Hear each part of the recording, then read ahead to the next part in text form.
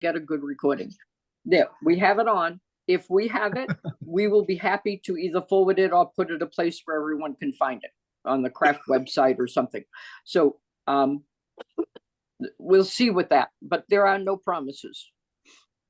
We'll do our best. Yep. Which is what we always do.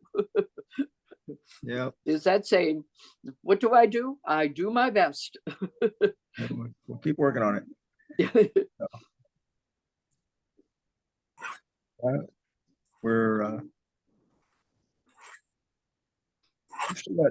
We're still pretty early for people, so that's good.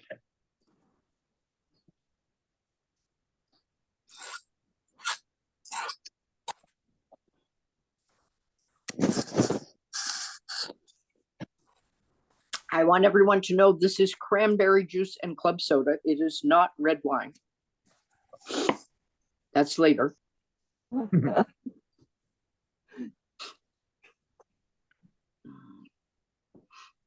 Is it lovely in Vermont, Greg?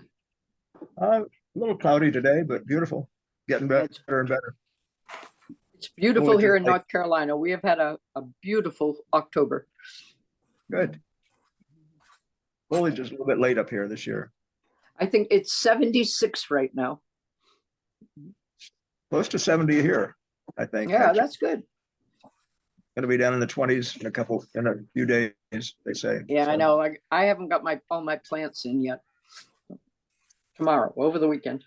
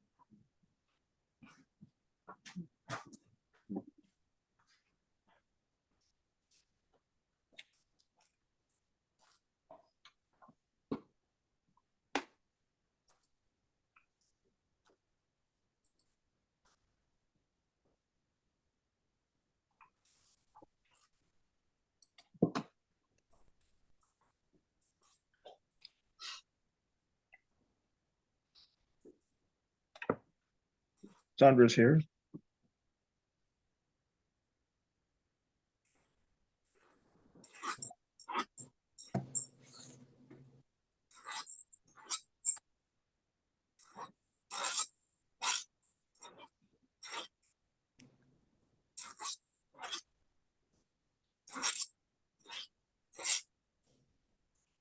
Thanks to everybody who did come early, because I hope we can start pretty much on time.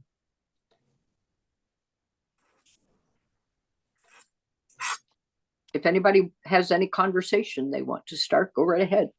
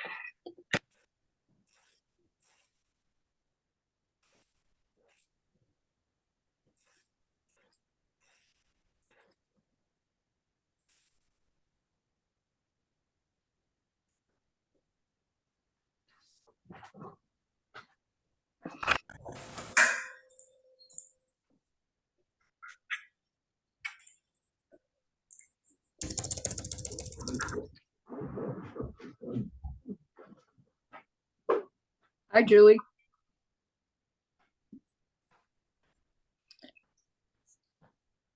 Hi, Dom. Hi, Diane. Haven't seen you in a few months. I know, it's been a while, huh? I like your earring. Oh, thank you. Where did you get that? Well, I made them, of course. I know, I'm teasing. How have you been doing? Good. Here, I can show off my new one. Oh, wow. Yeah. Did you do that?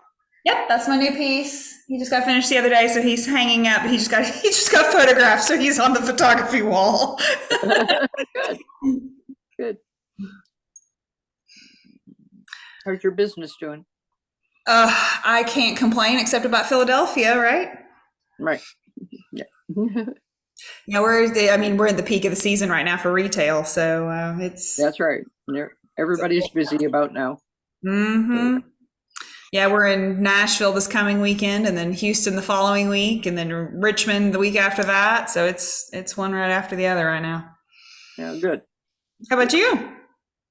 Oh, I've been busy with this. Of course. This was like a little clinker thrown in there extra. Yeah. Yeah. It kind of took my week. Yes, by it is. storm. Yes. I've been on my computer or phone all week. Mhm. I can imagine from your perspective, this is a huge problem.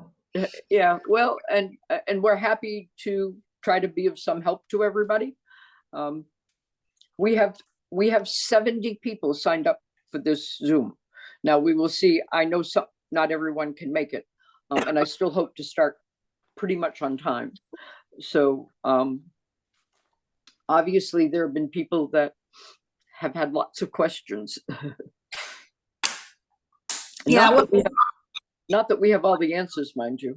Right, of course. And that's the thing, this is a situation where communication has been a part of the problem, really.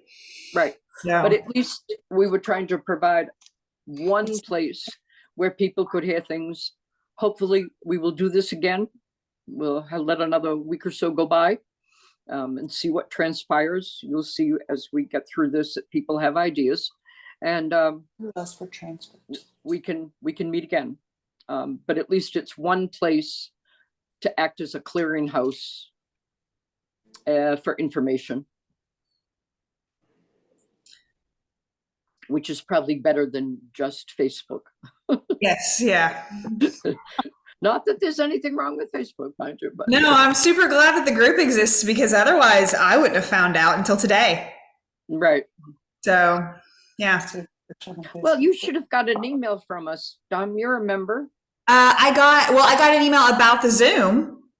You did. Oh, okay. But of course, I'd already seen it on Facebook. But Okay. but yeah, I didn't get an actual email from Emerald until today. Oh, that's nice, isn't it? Yeah, Yeah. that's super nice. And Dom exhibited at Philadelphia last year. I was in Philadelphia. I was signed up, have paid for my booth in Philly. Like they owe me all my money back, everything. So, yeah. And they didn't contact you till today? No, I did. I finally got the email today. Now my buyer email, I have, a shop email because I used to actually own a store. So I have a shop email and I got a shop email from them a couple days ago. A lot of our retailers did not get notices. Right. That was the thing I thought was weird. I got it as a retailer before I got it to my actual wholesaler. I am your customer, Yeah, that's all right. Yeah. All right. Well, we're getting up there. We have 20 people on. And hey, Diane. Yeah. And we have about 5 more minutes to go. But thank you for everybody who did show up early. It's going to allow us to hit the mat running here, I hope. Well, thank you for doing this. Oh, you're welcome. What is As I will say later, it occurred to me really quickly that this is Craft's function. We do not do a show, we don't have a platform, we don't buy anything, and we don't sell anything. So we have learned no skin in the game, but yet we do represent buyers and artists who wholesale, and our energy is put into the vitality of our community, and so I realized almost immediately this is what we should do, and called Greg, and he was ready and willing to help out. So I thought it's 4. Hi to everybody joining on. Thanks for coming on a few minutes early. We do hope to start on time. They were just talking. I think they're just starting now. We'll let people catch up as they come on. How do you catch up? I don't know what I'm doing. That's why I'm here with you. I don't know what she's doing either. Because obviously the meeting has been going, but it says So just everybody No. put their phones or Zoom on mute until Diane could get everything. We don't have to listen to people's conversations while we're getting started. Thanks, Howard. What would we do without you? You're like the class proctor. Always here for you. Is it cold in California today? It is a bit cold. Is it chilly? I like your hat. Thank you. What is cold in California? I don't know. It might be like 60 something degrees today. I don't have much hair on the top of my head, so when it gets cold, I have to keep warm. Well, we're getting up there. 29 people around. We have 70 people signed up today, so I know a few people that cannot come. They've already been emailing me. So a couple of more minutes, we'll start.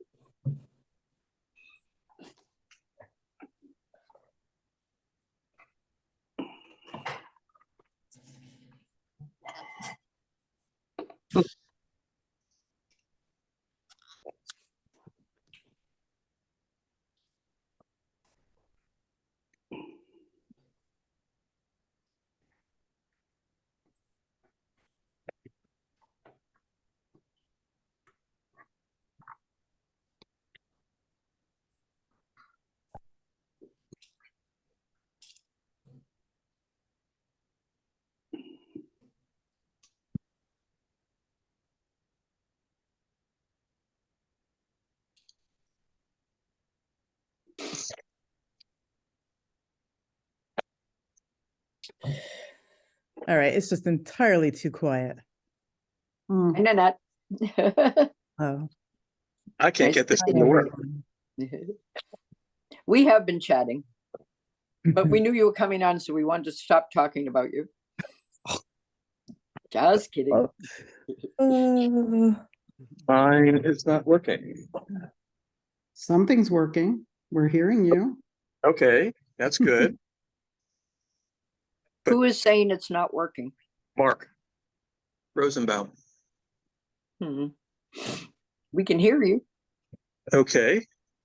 Have you Well, have you got your video on? yeah, it says so. Hold on, Top of the screen? let me go out and go back in. Hey, That's how weird. come I can't hear anything?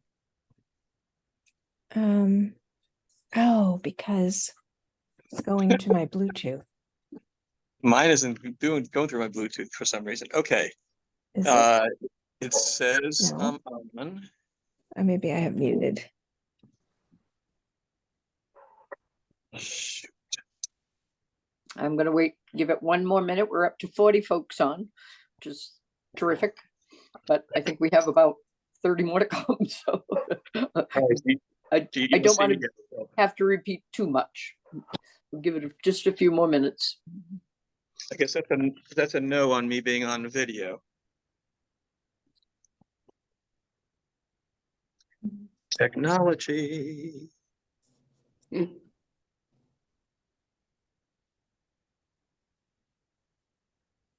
Huh.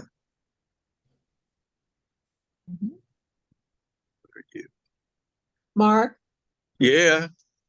do you have an icon that says share content on it? It's a green one.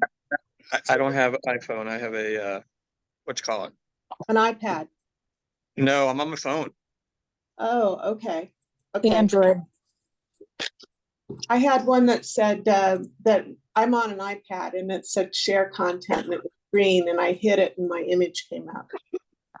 Okay. So I don't know if that's something for you. Or start video. Let me go back to Zoom. It says record. It's recording. Well, that's on Greg's end, and we don't know whether that will be successful. So Well, I'm not trying to. That's just what it is. I'm gonna go out and then come back in. all right.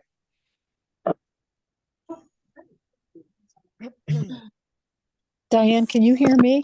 I'm on. Nancy? Yes, I can. Okay, thank you. Mhm. There you are. I will wait for one more person to sign on, and then we're going to begin. Hi, this is Helen Stiver, and if we do any of these in the future, could you please enable captioning when you start your meeting? I For don't know people who about ha- that, Greg. For people who have hearing disabilities, I'd appreciate Am I on it. there Thank now? Oh, okay. Hi, Mark. We see you. Yes. I saw him. Oh, wait. Hey, I'm on this. Let's try this. We just had There a we go. question about hearing, if we can add captions. I don't know that. Honestly, we're amateurs at this. So I You feel have, sorry. you have if to, that's- that's okay, just in the future, you have to enable them before you start your meeting. I Okay, see microphone. all right. I'll Diane, make a are you note of seeing- it and are you we'll seeing look at me that now? next time. Diane, are you seeing me now? I see him. No, we haven't really started, but we're gonna start now. Yes, we Hi, see Mark. Okay, great. Thank you. Okay, all right. Thanks, everybody. There were about 70 people signed up for this webinar. So many more people may be coming on. Feel free to come and go as you can. I am not sure we will get a recording. If we do, we will either send it out or we'll make it available on the craft website or something like that. We'll do our best, but there are no promises there. We have not had good luck in the past. We're not pros at this game. I will tell you just a little bit about craft. We are a not-for-profit trade association. We're composed of retailers and artists who wholesale. We are neutral. We do not do a show. We do not have a platform. We don't sell anything and we don't buy anything. However, our goal is simply to help the vitality of our community. And once we realized that this was a community in shock, we decided that we would step in as a place where everybody could exchange information and it would be a little bit more non-partial and open than just on artists who wholesale on Facebook or something that not everybody can see. So we decided to create this so that everyone could be heard and have an opinion. We do have a website. It's craftonline.org. You are welcome as a member. Anybody who's on this, you can go and sign up. We have a little special going on as if you were at a show. It's $75 to sign up. If when this ends, a few people want to form a steering committee, I don't need to be the person that makes all the decisions as to when we do this and what our topics are and so on. We will give preference to craft members who want to do that, but anybody is welcome to join a smaller group that can plan these if we continue to have these in the future. We do have some people here that you all will know, and I will be recognizing them. Nanette is here, Nanette Asbury, who was obviously in charge of sales for American Handcrafted. Nanette has lost her position. She finishes within a couple of weeks. Emerald lost a good employee with Nanette, as many of you know, but she obviously is looking out for all of you if possible. We do have representatives from Indie Me today. Jackie could not make the meeting, but I believe Karen Purvis and Beth McDonald were signed up, and we will see if they'd like to speak later. We also have Gwyn Ruckenbrod Smith from ACC joining us. Everybody else is a buyer or a seller or an interested party. We're going to have two parts to this meeting. The first part is to answer questions. A lot of the people affected by the decision to cancel American Handcrafted are fairly new at exhibiting.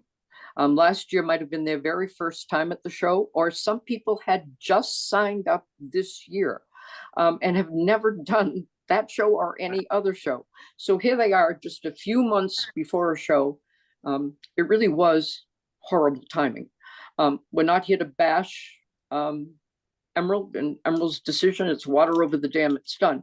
But there are a lot of people caught short and have very little time to make an analysis of the whole market. So what we're going to do is take a look at the 3 most viable shows in alphabetical order. We'll look at Atlanta, Las Vegas, and New York.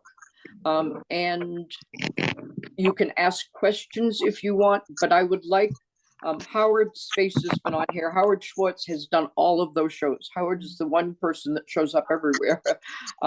So yeah, I'm going to start with Atlanta and Howard. Howard, do you want to tell everybody a little bit about Atlanta?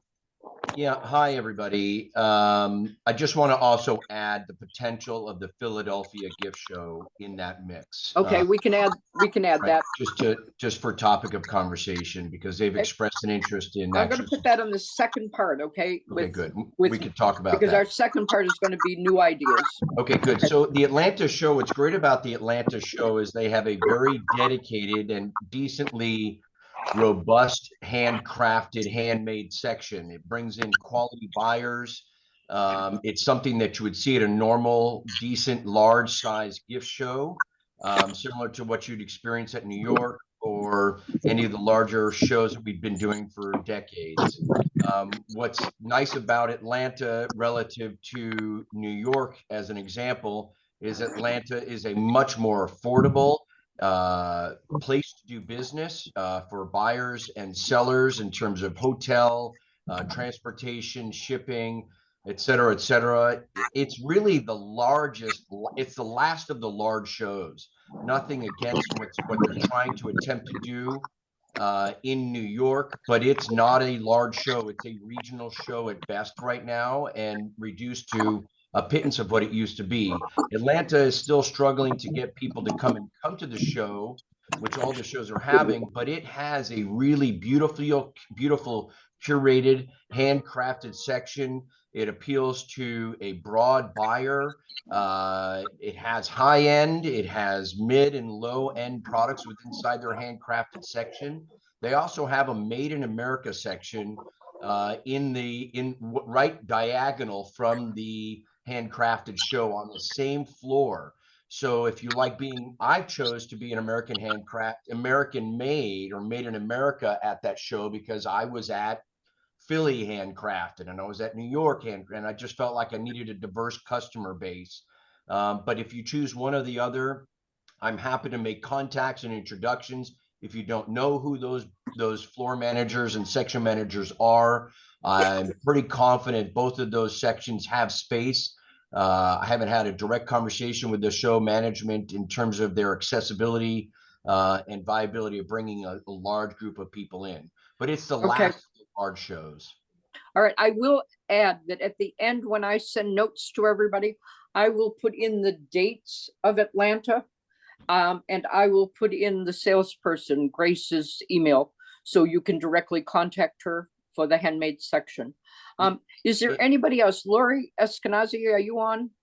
Yes, I'm on. Diane. Yeah, Lori Diane. is a long time Atlanta, although she did not been so active since COVID at Atlanta, but she has a high-end product. And Lori, do you want to talk about Atlanta a little bit? Atlanta was always a very good show for me. In fact, I'm leaning toward going back to Atlanta now. I talked to Grace already. She does have room on the floor for both American made and for the handmade section.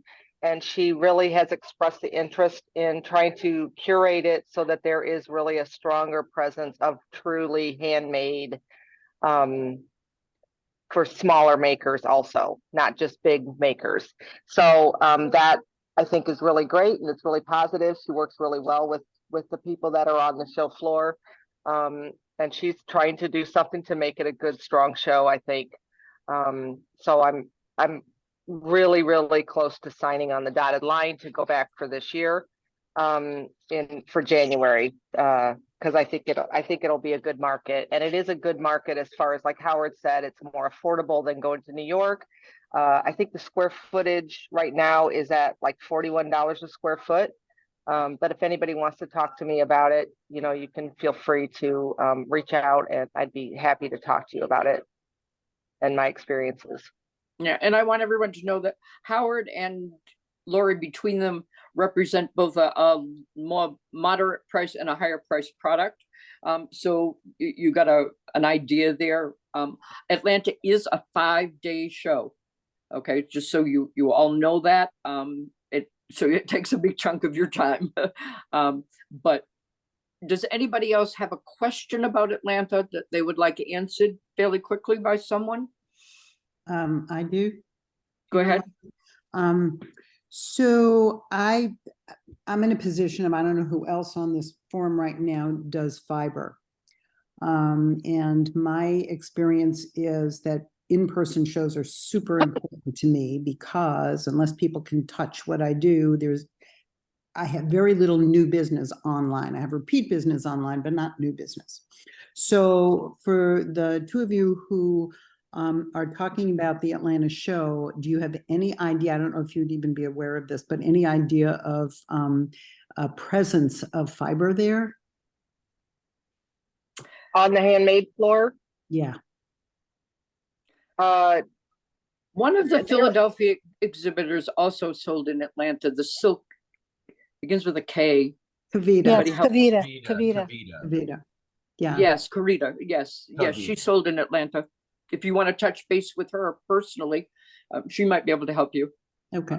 I will ask Can I you. clarify? Are you saying fiber, Fiber? Yeah. So Yeah, I'm in and the line of scarves and wraps and wall hangings. Right. Kavita has been doing that show with her husband on and off for years. And I know inside of the Made in America, I'm sorry, in the handcrafted, handmade section of the show, there are quite a few fiber specific makers that are at that show. Oh, okay. That's really what I wanted to know. Thank you so much. Because I speak to Kavita all the time, and I know she does the show, but I was just wondering if there is more presence. So thank you. There is. It's also what's nice about the fact Atlanta has a season to it. It's a 4-season market, as opposed to Vegas, which is not a 4-season. So you're going to find a lot more fiber buyers in that Atlanta market. If you chose New York, it'd be more like what you'd see in your Philly market, because they buy fiber more so than on the West Coast, which is not nearly as viable from a market perspective. Yeah, and there are a lot of accessory type people there too, people who do bags and things like that. So there is a draw for that kind of buyer that's there. Thank you. Appreciate the answers. Any other questions about Atlanta? We're not trying to fill everybody's. Julie, go ahead. My work is all of it is one of a kind, and I've been in business for like 50 years. And so what happens when I do Philly, people store in my booth kind of the first day, so they can get first pick of the one of a kinds. And so I'm geared to operating that way. And I don't know if I feel like I'm sort of an anomaly, because I don't have some production, some limited, some one of a kind. It's all one of a kind. If there's a show, if Atlanta would help me in that way or not. I don't know. I think from a marketing perspective, you'd have to want to market that these are one of a kinds. There are one of a kind artisans at the show. It's a big section, the handcrafted section. And I think some of your opportunity comes from pre-marketing, saying, Julie, that your buyer, your show isn't there and you're going to be featured in Atlanta, and let people know, first come, first serve, and you use it to your advantage to drive that. There's that a little There's bit. another artist that was right across from me for a while in Atlanta, and I think he's moved to somewhere else in the show, and his name escapes me right now, but all of his stuff is one of a kind pieces, and people used to line up the first day to get to his booth to pick out what they wanted. So that buyer is there. Yeah, Bill, that's it. Also, there is a high design category in Atlanta, and I know there are handmade glass makers that have chosen high design over handcrafted. So I mean, Atlanta's a huge market. And so there are a number of places that various different people might do well in inquiring in several areas, you know. Okay, I also want to add one thing that I forgot to say earlier. Atlanta and Las Vegas are owned by And More, and they give our buyers, if you are a craft member and you are a retailer, you can have 2 nights free hotel lodging for either show during the show. That's huge. Number one, they are great hotels. I mean, in Atlanta, it's the Marriott and the Westin and so on. You are not staying at, you know, the Scuzz Light Motel outside of Atlanta. They are right, all the ones right there. And so it is a savings of about $500 a night. And they do it for Las Vegas too. You do have to be a craft member. They check with me. You're supposed to come through me. I will be putting it out to all our buyers next week, the 1st of November. And so that's something else that you can consider, even if you are an exhibitor, that they do try to have our buyers come. And if you are a buyer and you are looking for an early show, Atlanta is early January, so mid-January. Okay. All right, Las Vegas, if we're ready to talk about Las Vegas, anybody other than Howard want to speak to, because I know Howard's done Las Vegas too. Okay, Howard, go ahead. Vegas is a different beast entirely from your normal traditional gift shows. It has a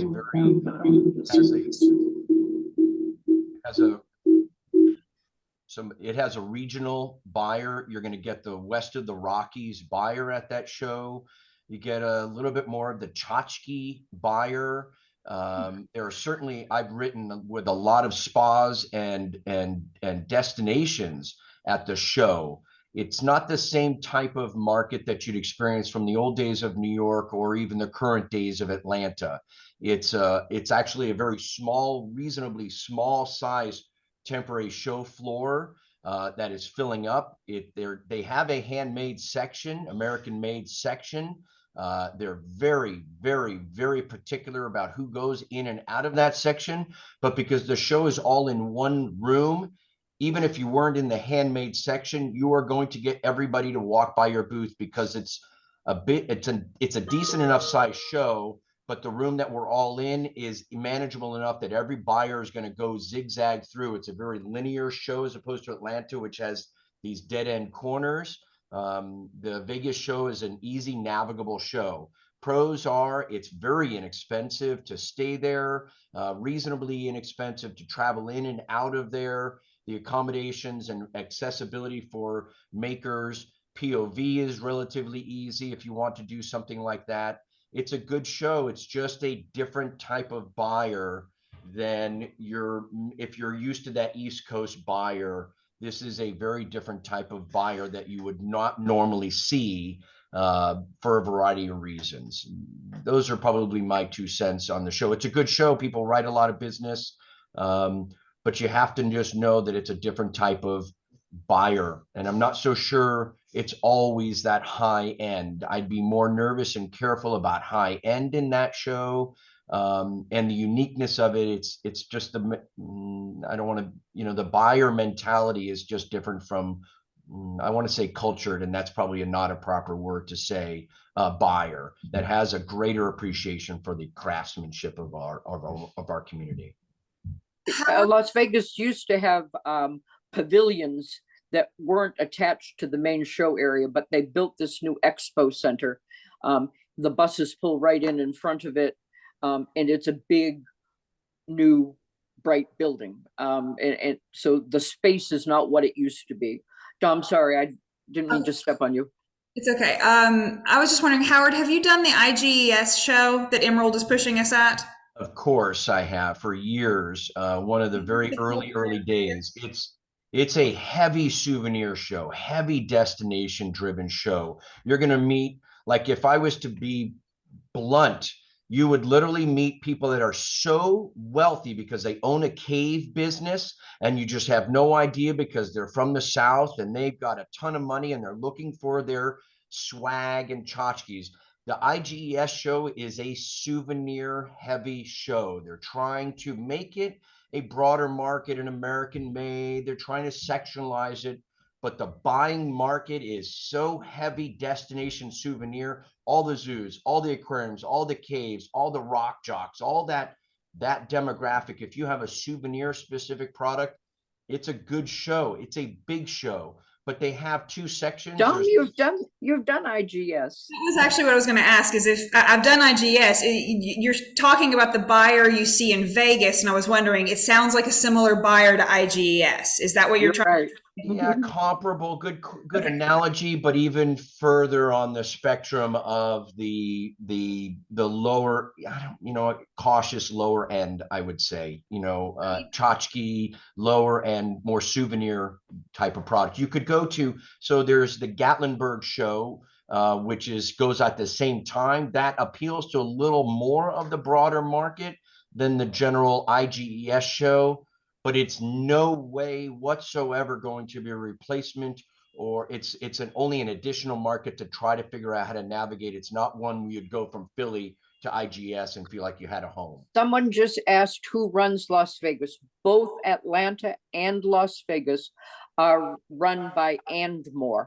Okay, that's their new name. Formerly America's Mart. Yes. So that they both share the same systems and so on. That company also owns Shop Object.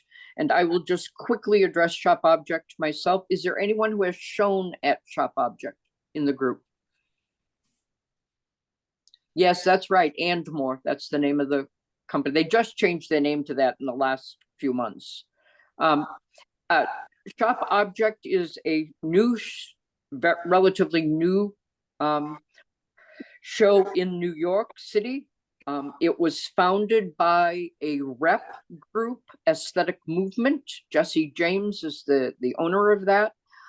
He took quite a few people from High Design in New York with him and started a show that had about 150 vendors around the corner from the Javits Center, maybe about 5 years ago.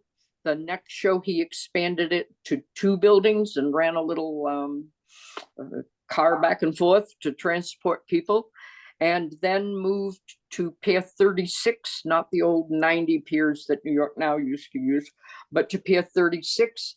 It is a beautiful show. It's an inspirational show. It is not all handmade in America. But the foreign companies there tend to be from Europe, Australia, New Zealand, England. It is highly curated, and I really mean that word. It is not even juried.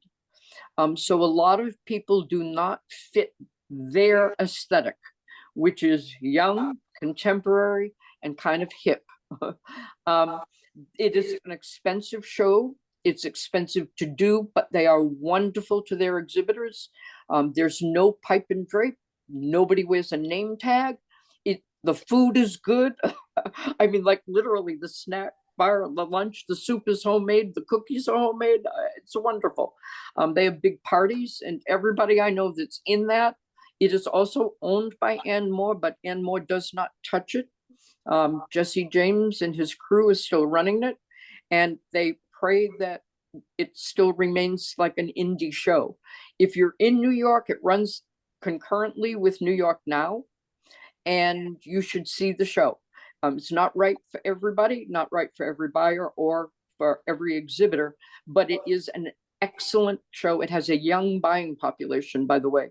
Instead of the 70-year-olds, we all are shopping at some of the traditional shows. There's a lot of 30-year-olds who are running the hip shops in New York that are shopping at Shop Object. So I just wanted to add that in. Okay, New York Now, which is in February 4th through 7th. Does anybody want to speak about New York? Okay, Howard, go ahead. It's a show in transition. You know, they've actually completely gutted the operations of the show and brought in a new staff of people. They are trying to pay attention to what everybody is saying. They're trying to be general gift. They're trying to get back to that idea of not, you know, general, not necessarily, I don't want to say China like it used to be, or tchotchkes like it used to be, because it was filled and all that. I mean, it was 100% filled Javits Center and overflowed. It's not even 20% of what it used to be. It's the floor plan is a constant influx floor plan. They've raised the rates on the show. It's a complicated show. It's hard to know that you're going to be in a specific section. They try to say they're trying to put us into an American made section, but we can't seem to get them to make a commitment that they're going to only give us an American made section. They're trying to prioritize it based not on how long you've been doing a show or what your product is, but trying to mix and match and throw it up and see what sticks. So this is going to be the first year that we're not doing the New York Now show in close to 20 years. And it's because I'm just tired of having to not figure out what direction they're going in, how they're going about fulfilling the needs of making sure that the buyers are there. And I think the biggest issue that I found last year was they aesthetically made a decent looking show, but there just wasn't the volume of buyers.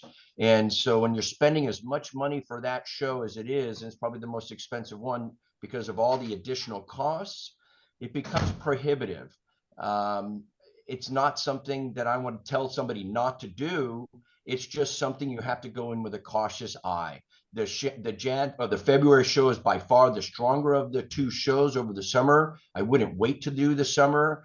Just like Atlanta, I would not wait to do the summer. I would get in if you want to try to figure out how to get yourself into the Jan or Feb shows, and then, you know, adjust accordingly to that.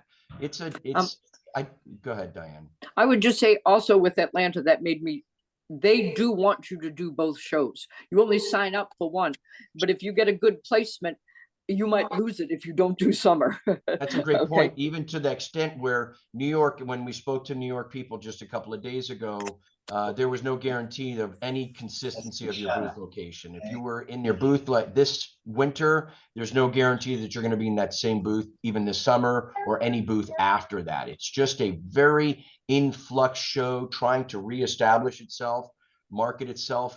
It's unfortunate, you know, from a professional perspective of what's gone on to it.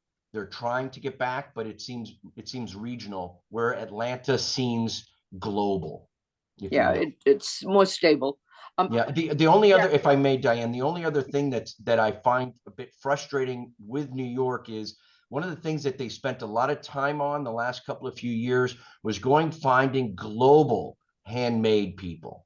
Global was a big, huge section and push for them. They were trying to make a global handmade design section. And so you could end up being next to jewelry people from Australia and England who have a totally different dynamic of the way they do business and price things that are just crowding our space. Not to say that handcrafts people aren't just as talented, as amazing as they are anywhere around the globe, but it is mixed globe. It's a mixed global handmade section. Yes, there were lots of comments.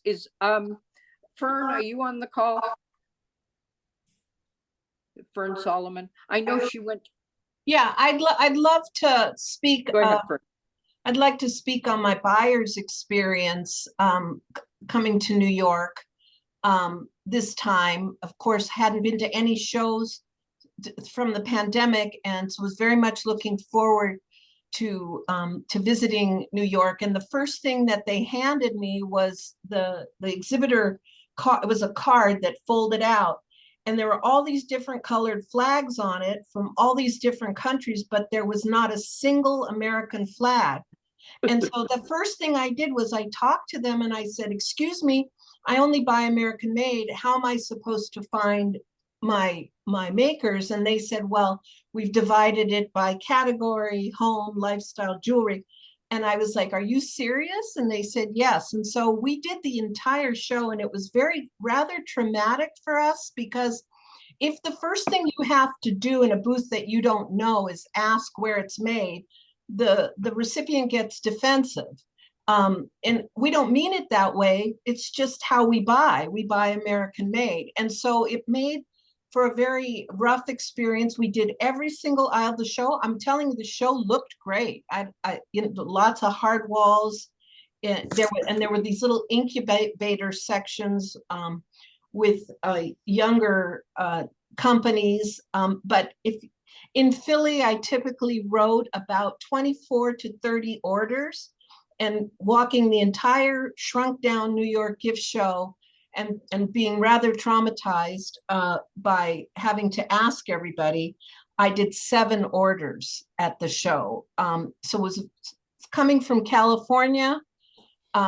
It was sorely disappointed, whereas when I would shop the pavilion. So this is a good question for Nanette, is are they even considering putting back an American made section, or at least having a denoted catalog so I can just clearly go to all the American makers? That was my experience at New York Now this time.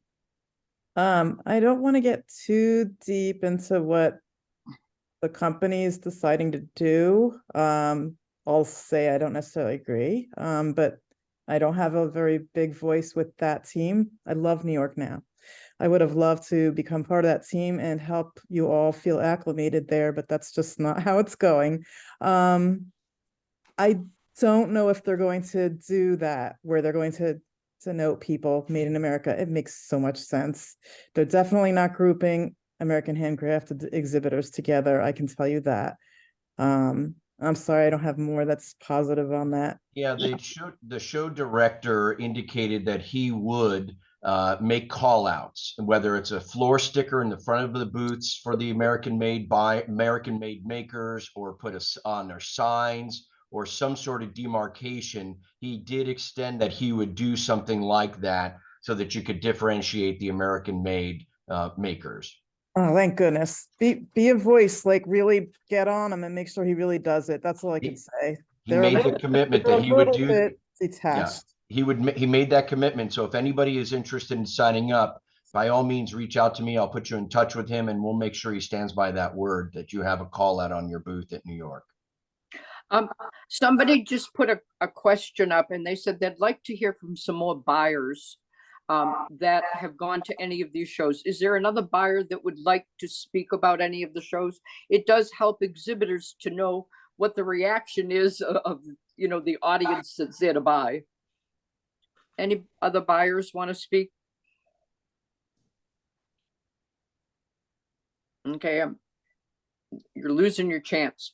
Okay, I'm going to quickly leave that analysis of the 3 shows. I know it's brief and perhaps not enough for everybody. You can submit some more questions to me, and I'll see if we can weave them into another. Would there be a way to take a poll after this? Renee, why don't you just, can you ask that question?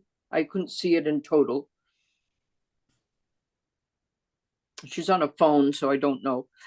You can send that to me. We may be able to take a poll. I have no promises about anything, but be in contact with us. As I say, I'd love to find a small group of people who'd like to kind of act like a steering committee for this group, and be prepared to meet more of your questions and needs. Right now, I'd like to talk a little bit about. Can I say one more thing, Diane? Sure, go ahead. Okay, going back to Atlanta, and the type of buyers that are in Atlanta, you will get a wide range, everything from people at small gift shops and handmade galleries, things like that, to big buyers like the big catalog companies, and you can find people who are going to come through, and that's how I got licensing with Demdeco and stuff like that. So there's all kinds of different types of buyers that are there, and different kind of connections that you're going to make there that are not the same kind of connections that you would make at a smaller show like in Philadelphia. So, Sundance catalog shops, there, multiple different catalog companies will shop that show. So That that's is, it. I just that thought is of that true. and I thought that was kind of an important thing to mention. It is true. There are a lot of heavy hitters that shop Atlanta. I coached a gal last year. She took one of my webinars on how to wholesale. Atlanta was her very first show ever anywhere. She is a two-dimensional artist who made prints, clocks, and journals. And she sold to Lowe's, hotels, gift shops, the Metropolitan Opera, and NASA at her first show in Atlanta. Okay, Well done. so definitely there is a high-end buyer there. And she was thrilled, by the way. And I was thrilled for her. She did an outstanding job with her booth, and her product display and everything. So I want you to know that is possible in Atlanta. So I'm not pushing Atlanta per se, but they are right. There is a high-end buyer there, and somebody that wants to buy volume, obviously. Okay, the second part of this, I wanted to talk a little bit about ideas that people have floated around that have appeared on Artists Who Wholesale and other Facebook groups. Karen Purvis, are you here from Indie Me? Are you on? I am. Hi, Karen. Oh, nice to see you. Good to see you, Diane. Haven't seen Karen in many years, but she was a staple at the Acre shows. She was the show manager at those shows, and she now is with Indie Me. So if you want to talk a little bit about what Indie Me is thought about in terms of doing a show or whatever, go ahead. We are not prepared really to comment on that. We are working on doing our due diligence right now, collecting ideas, seeing what people need, and just really trying to absorb everything that's being tossed around. We intend to get together next week to compile all the results from our surveys, from the emails we've been receiving, and then just see where the need is and where we can step in. But right now we have nothing solid that we can share. Does anybody want to talk to Karen about some suggestions or ideas or anything that might help her and Indie Me as well as our group? Well, and one thing I would like to say before we do that is, please, if you haven't completed the survey we sent, do that. Send us emails to service@indieme.com. We are compiling everything that we get there, and it's so much easier for us to compile it all that way so that we can have it all in one spot when we sit down to hash it out later next week. I'm happy to entertain some things here. I'm not saying not. I wanted to give everybody a chance to see faces and hear different points of view and options that might exist. It certainly is very difficult. I go back to the introduction I made to this whole Zoom. It's really unfortunate that we couldn't have had one more American Handcrafted, and at the end of that show say, this isn't going to work. But we're not going forward, but give everybody a better notice that they had a year to plan. Megan Burnell is a buyer from Corning Museum in Corning, New York. And Megan just messaged that she'd also like to say a few words. So Karen, are you finished? Megan, can you speak up? Yes, I can be finished, but please send those ideas on to us. Thanks, Karen. Thanks for coming. It's nice to see you. Megan? Can you hear me?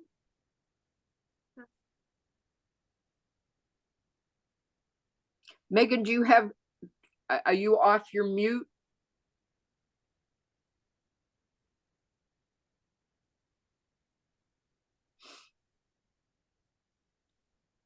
Okay, Megan, you want to type something up that I can see?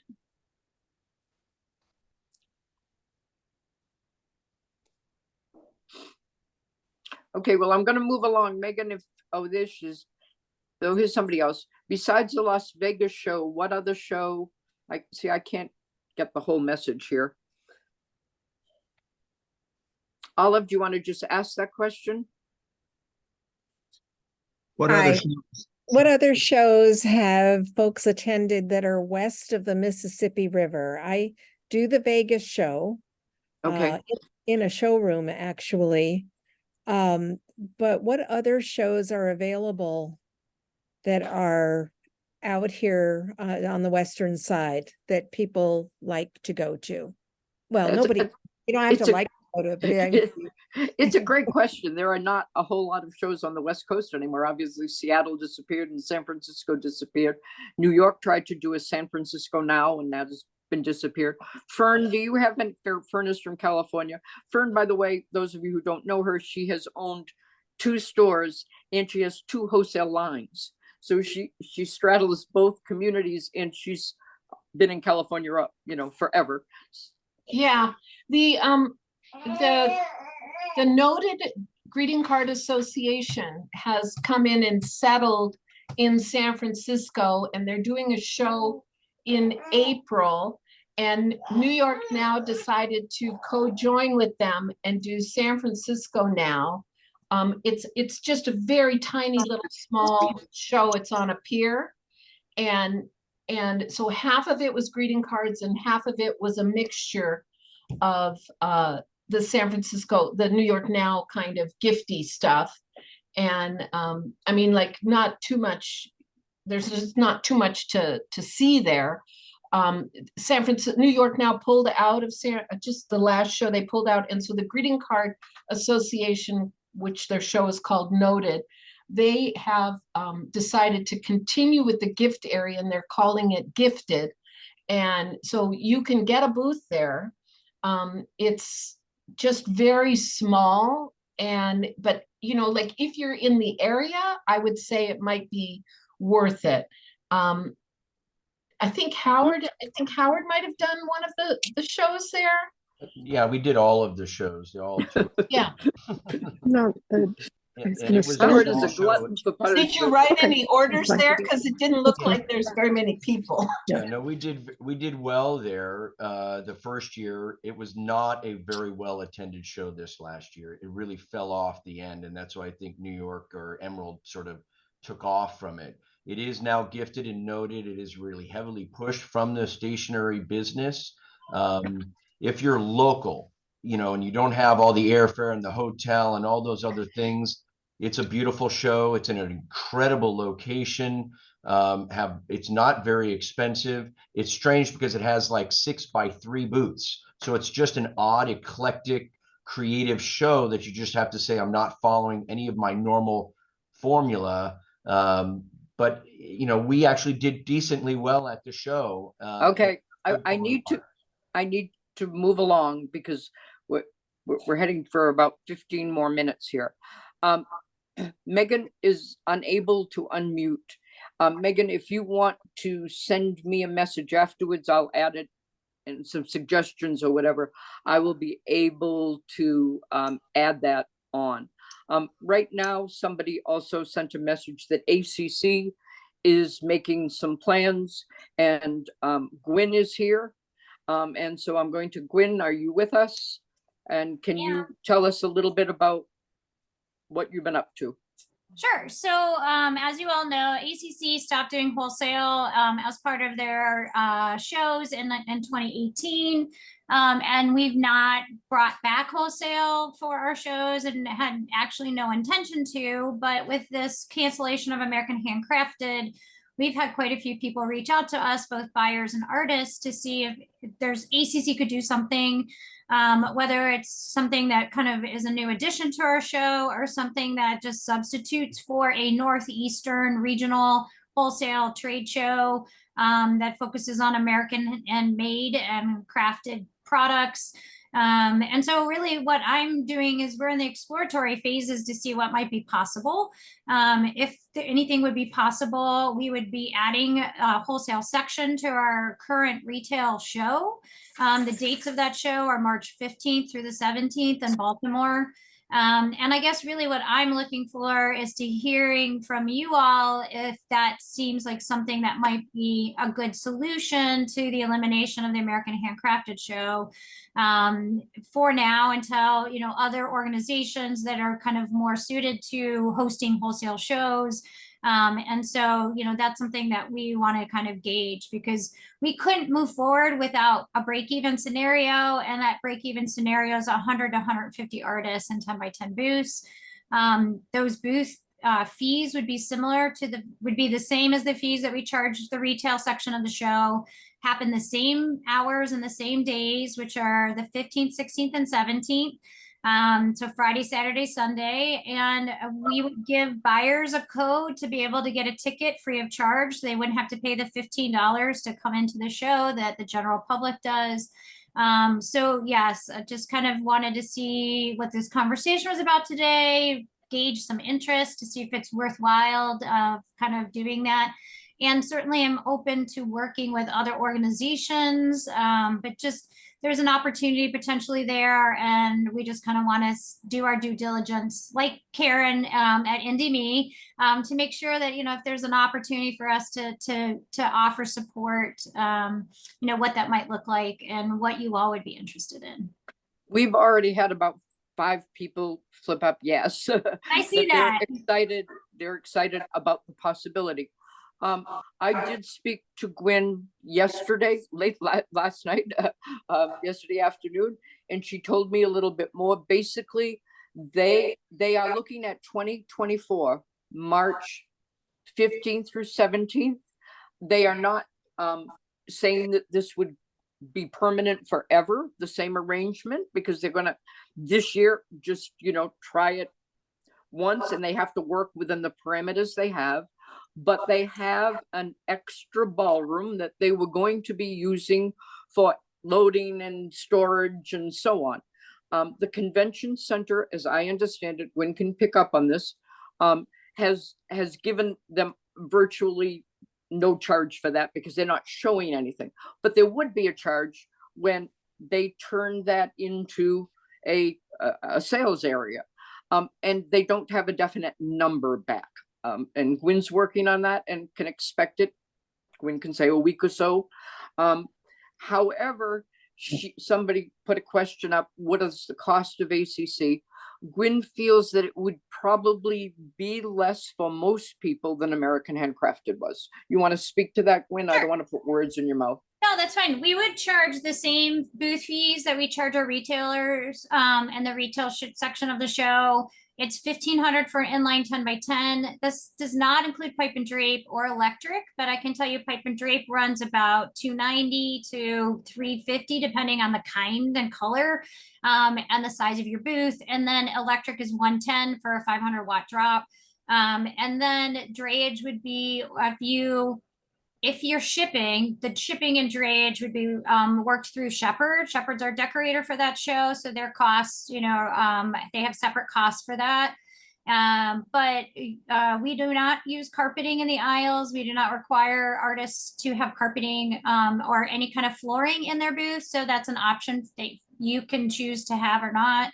And we do have free drayage for people who drive into the show and unload. There is no fee for you, no union fees for that. We got those waived this year. And yes, drayage at Baltimore can be very expensive if you're shipping. I highly recommend if you're able to drive and unload, that is ideal. I know it's not for everybody. I also know people who ship to other places in Baltimore and then bring it in on their own instead of paying for the drayage fee. But absolutely would get all those details together before, you know, we made any kind of commitment or announcement. But again, it's about $15 a square foot. Corners are $1,900, 10 by 10 corners are $1,900. And then we would have the ability to make a few 10 by 5s and maybe 20 by 5 end caps and that sort of thing, just depending on kind of the needs of the artist. There was just a question, any ability to have both a retail and a wholesale? Want to talk about that? Sure. So we opened our applications for Baltimore. We've already invited 300 artists for the retail section and 50 emerging artists for that. And honestly, we have 197 people on the wait list as well. So we do not have any space that we anticipate being available for the retail section of the show. We would not jury the show. We would just kind of invite artists, particularly those that had signed up for American Handcrafted. So it would not be a juried section, but it would be a wholesale only section. I will say though, we do not have plans if we do this to like police that section. So, you know, that's up to you. We do ask the artists, you know, kind of to be honest themselves and only do wholesale orders. But that doesn't mean that the crowd won't wander back there, because half the crowd won't even know what a wholesale section means, to be honest with you. So there's definitely the opportunity there. Let's see, is there a place where you are collecting potentially interested parties? Layla, what we're going to be doing is we're going to be making a decision by the end of next week. We're going to have to move on this fast because we've already are moving forward in booth placements for our retail show and our emerging artists and contracts for all of those people. All of them have made deposits and contracts go out December 1st. And we would want to move this wholesale section of the show to be on the same schedule as everybody else. So we have to make a decision quickly. Once we do make that decision, then we absolutely will be reaching out to folks. And Diane and I in our conversation said that she would be willing to help kind of spread the word and make connections. And so she could absolutely forward to you all, because she has all your all's emails, kind of the link and the form that we'd be using in order to show interest in. Yeah, I want to just summarize. If you are in the retail area already, you can take a wholesale order. I mean, that's always been true. Yes.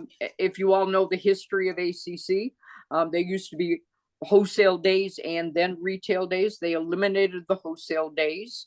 And so a lot of people do ACC retail just to sell one at a time, but they take wholesale orders for their customers who show up. The same is true if you are in the wholesale area. You can put a sign up in your booth, wholesale only, and you don't need to sell your samples or post your other retail prices or whatever, or however you want to handle that. But if you want to sell something to retail, they're not going to stop you. So you can say to somebody, we'll come back on Sunday and you can have half the booth if you want. Or here's my website. You can buy directly from the website, right? Like there's a lot of opportunity for people to connect with people and to follow up with potential sales. The question about marketing, that's a great question. The first team I went to at ACC when this opportunity kind of started to present itself earlier this week is the marketing team. We do still have our buyers list, although, you know, it's been a while, so it may not be fully updated. But we have started talking with partners that could help us connect to current and recent buyers to help us with the marketing. But the marketing team felt like they could take on that role as well as the role of marketing for the retail section of the show. Anybody So else have a question? like We haven't. We're saying that if this can happen, we have to have they need a response of 100 to 150 artists to do it. And they're not going to put 4 people in a ballroom. Exactly. Call it the Well, we want to make it division, worthwhile for the buyers to come too, right? We need enough right. artists. Yeah. So we have to have they have to have this mass to make that work. And Gwen hopes to have an answer with firmer numbers by the end of next week. So we can get back to you how we all get that out if that's going to happen. Are there any other questions that I think that it's obviously an exciting opportunity. It's not set in stone yet, so don't advertise it as it is. But there are a number of people working, and as Gwen said to me yesterday, if it doesn't work and they're hoping that it does, they could keep it permanent. But if some other group like Indie Me actually wanted a role in it, they're open to working with another partner. They're trying to help us out, not take us over or anything like that. So, and ACC does obviously have some retail and wholesale experience, and they're certainly good about knowing what artists need.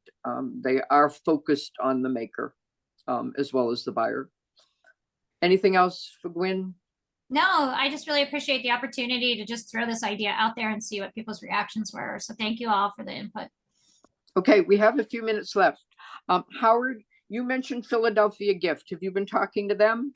Yeah, Philly Gift Show reached out to me and extended an idea that they would create an American-made section inside the Philly show. They would market it. They would put all their effort and everything behind trying to make that a viable solution.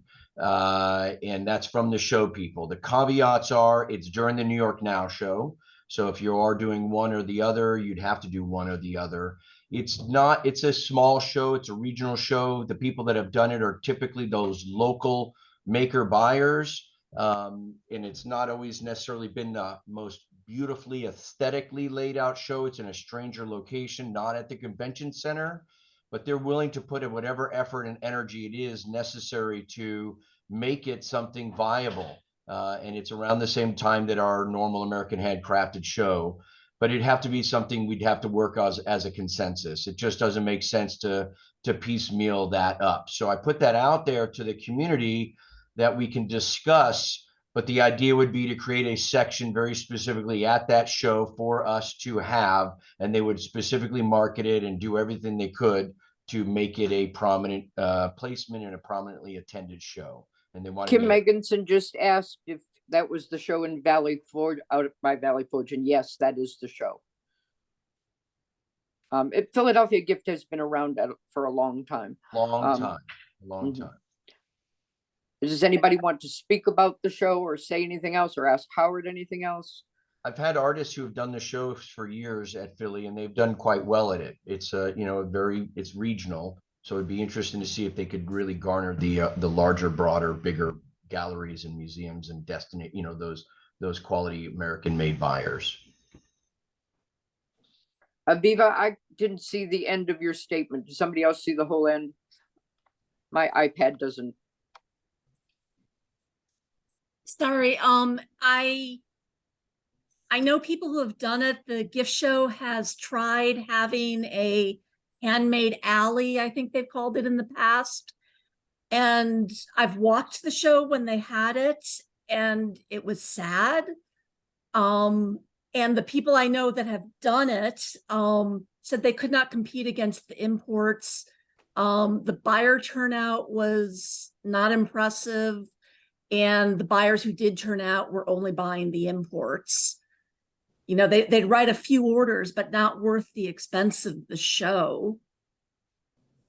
Just for what it's worth. That's fine. This is only just to share information and yeah, they have a section called Artisan Alley. That's it. And you're right, but they're trying to put their money where their mouth is and see if they can become a home, I think is really their intention. Whether it's a little too late or too early, it's just hard for us to know. But they've thrown in that they're interested in trying to support the community. Okay, well, I hope everybody has found this valuable. We are just about an hour in, and we really covered 3 or 4 shows, a couple of ideas. I think some of them promising. I am glad all of you could come. I think this was a great way to share information. If you are interested in being in a smaller group, one of you have already told me that. And we can plan to meet again. We'll probably get some word back for Gwen. I will send a list of everybody that had signed up for this meeting. I'll send the dates and the contact people for the shows. I'll include Gwen's email, so you all can reach out to her separately and she can start a list of interested people. And if you have any other suggestions for me, I probably won't send this out until the beginning of next week. I might not have a chance to get it done tomorrow.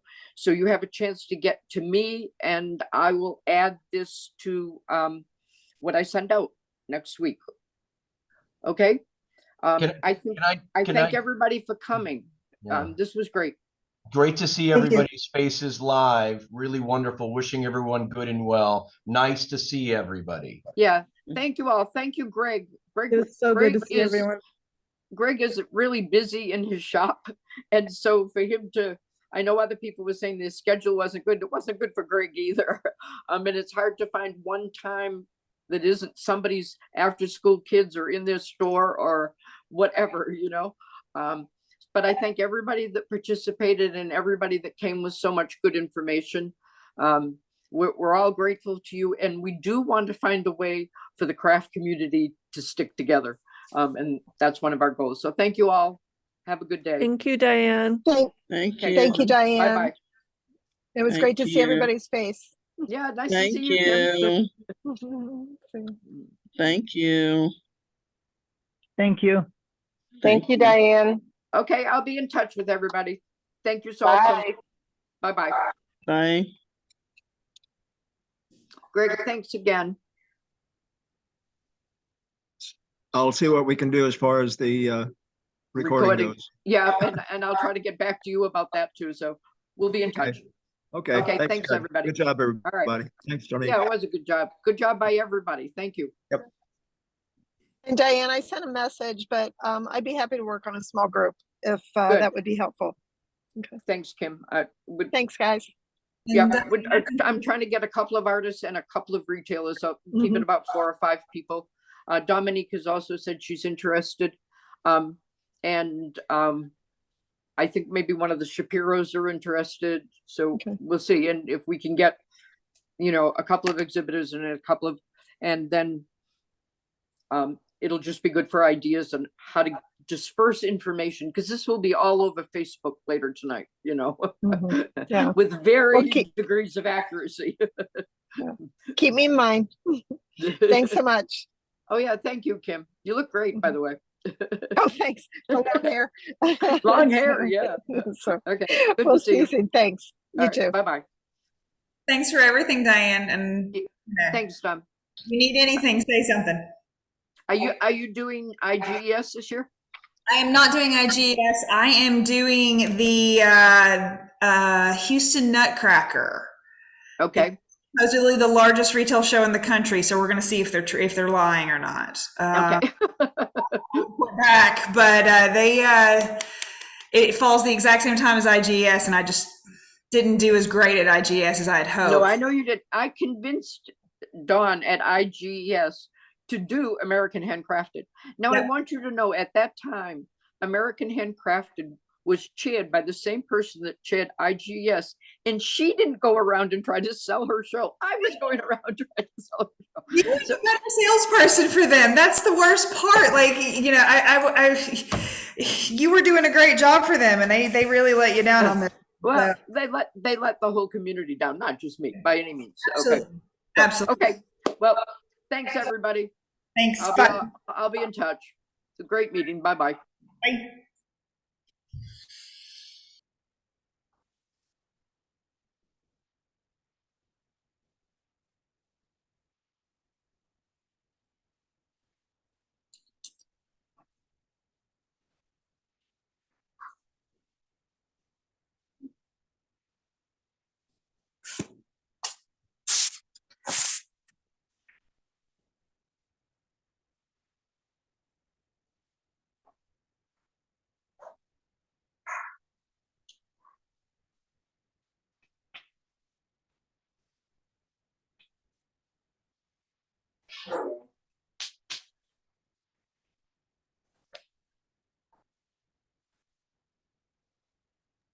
That is still there? Yeah, I'll get off. No, you're good. Nice to see you or have you around. Have a good evening. I just snooping. Always welcome. Always good stuff. Any idea? Thank you, sir. You did a great job as always, Greg. Yeah, I didn't have to do too much. Thanks to Diane. Good stuff. Have a wonderful night. You bet, sir. Thank you again. Thank you. Yep. I think it went pretty damn well. I think it was great. You're against an incredible